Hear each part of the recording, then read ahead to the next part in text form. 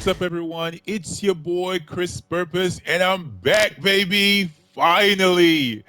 Oh man, it's been so long since I got to come back online and record and explore 12 video or any video whatsoever. But yeah, guys, I'm back, and yeah, let's jump right into it and demo this team real quick.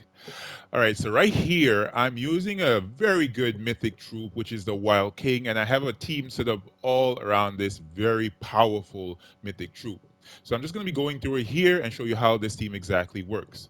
All right, so up front, as our main skull damage dealer here, I have the HellClaw Rager. Now, the HellClaw Rager was introduced a few weeks ago, probably a few months ago, in the Glory Shop, and it's a pretty powerful troop. Why this troop is powerful is because of its spell and traits. Now, for one, it has Elemental Slayer. It deals double skull damage versus elementals, which is very powerful because I'm going to be using it in the Nexus. Right? Along with that, it has Bloodlust, become enraged when enemy dies, and of course, because it's upfront using skulls to do the damage, it's very nice for it to have some type of skull damage mitigation or the ability to dodge skull damage, and it does have Agile, a 20% chance to dodge skull damage. Now, for its spell, it has HellClaw's Fury. Deal a particular amount of damage to an enemy, and if the enemy is an elemental, it will deal triple damage. Now, if this enemy dies, it becomes enraged. So, a very good setup of traits and spell right here. And of course, we have the main powerhouse on the team, which is the Wild King. It has Wild Bond, Wild Folk Bond, allied Wild Folk gain 2 life, Songs of Bones, summon a Bone Storm at the start of battle, and Wild Cunning. All Wild Folk allies gain 1 magic when my turn begins. Now, the most potent thing here is its spell, which is Incite Fury. Enrage all allies and give a particular amount of attack, then create a mix of 22 skulls and yellow gems. Very much the same as the Wild Queen. The Wild King there has a very powerful spell. Now, for secondary mana generator here, I have the Obsidian Lirbam. Now, this weapon was introduced when the Obsidian Depths faction was introduced into the game. And this is a very good weapon, being that it explodes just gems of any color. Doesn't need to be a particular color. Um, and then it will summon Obsidian Depths troop.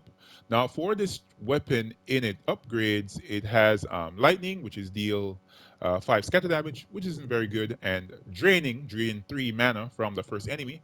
And along with that, it has enchanting. Enchant myself right after casting. Now that can be very powerful because this weapon right here is basically going to be destroying the entire board when I cast it. Now for the class here, I'm using Stormcaller. Stormcaller has, for me, I have set here Resilience, Purification, Thunder Fist, Fey Vengeance, Gale Force, Lightning Strike, which is very important, exploding 1 yellow gem when matching 4 or more gems, and Strix Commander, which is very important here. The most important thing that I have this class being used is because of that constant yellow storm, which is the Storm Soul. Conjure a light storm when my turn begins. And of course, for fast mana, I'm going to be using my Leprechaun here, exploding a certain amount of what do you call it? Green gems at the start of battle because he is empowered.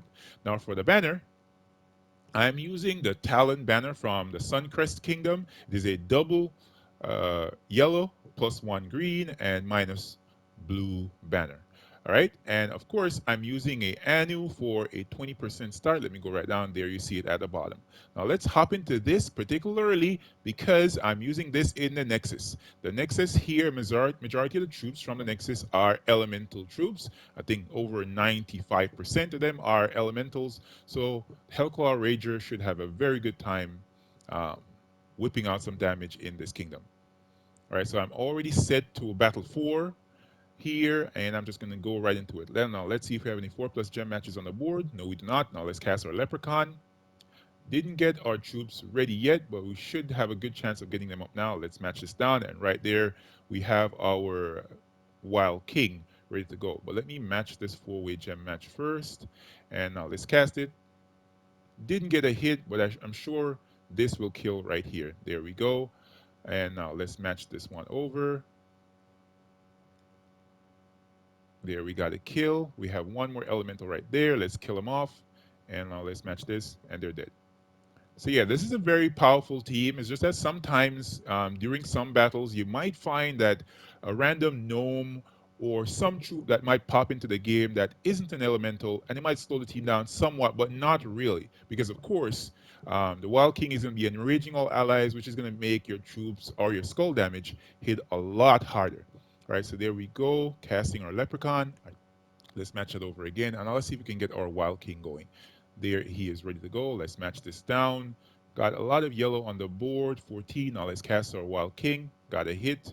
And as you can see, they've been trying to get skull damage on us. It hasn't been successful because, of course, Agile, that 20% chance to dodge skull damage. And there, the Obsidian Lirbam, I casted it, and there we are.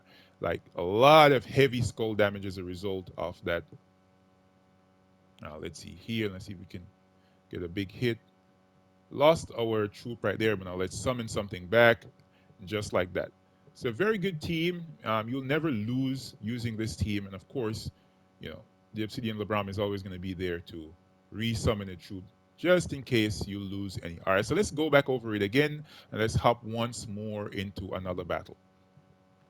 So I hope you guys been doing pretty well. I have missed a lot since I've been away. It's been a really busy summer, so I'm glad to be back. So I can show off some of these Explore 12 teams that I've been using by myself. All right, so there we go. Got a big hit. One more, and let's see if we can get one more hit, and he's gonna be dead. All right, just like that. Super easy team. Anybody that has the Wild King should be able to use this team without fail. All right, let's hop into the second battle and let's check if we have any 4+ gem matches. No, we don't. Let's cast our Leprechaun. Didn't get our Wild King up, but I think we should be able to in a few matches. There we go. Very nice. Let's see if we can get a hit. There we go. Very nice. Once more. There we have a gnome. I don't know why I'm getting so many gnomes, but still, the Wild King makes easy work of them. Now let's move on to battle number 3. And yeah, the most recent mythic that they placed into the game hasn't proven to be that useful. I don't know why they've been recently just putting out these really like D rating or even worse mythics. They're not proving to be useful for any aspect in the game. I don't know why they've been constantly putting out these mythics. All right, so the Wild King missed right there. Now let's match this, and there we go. Yeah, so with the setup, it's like super easy. It's not difficult at all to get these battles finished. And as you can see, especially because of these giant gems that are on the board, randomly popping up, it makes getting your troops spell ready pretty easy. And let's check here. Let's match that over. There we got a kill. And let's see if we can get our Wild King up. It just needs a small amount of mana, right? All right, there we are. We got a 4+ gem match and got another hit, and there we go. Cascading skull matches makes it so easy to kill out these troops. And now we're on to the mini boss fight. Now there we go. The Lovers is a troop from the Nexus, and of course you can check it. It is a construct. So your HellClaw Rager is going to have um, maybe a little bit of difficulty in killing off that particular troop. But by the time I get down to that troop at the bottom, um, everything else is going to be my HellClaw Rager is going to have a mountain of attack damage.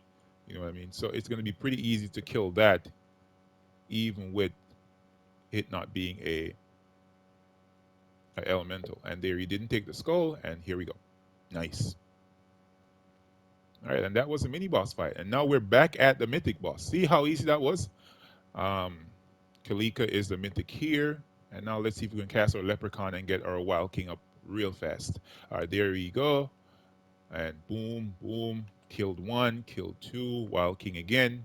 Killed another one. And let's see what we have here. So we're taking some skull damage. Cast our Lirbam, and Cascading Skulls wins the battle for us. And yeah, guys, that is the team. It's a pretty simple team. Only one mythic needed. And all of these things are readily available.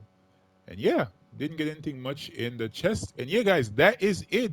I'm so happy to be back and posting these teams for you guys. If you do like these videos, of course, come on back to the channel, guys. We're going to be posting Explore 12 teams, PvP teams, Guild Wars teams, and of course, the Viability Ranking series will be up and running again. All right, guys. Catch you next one. Peace.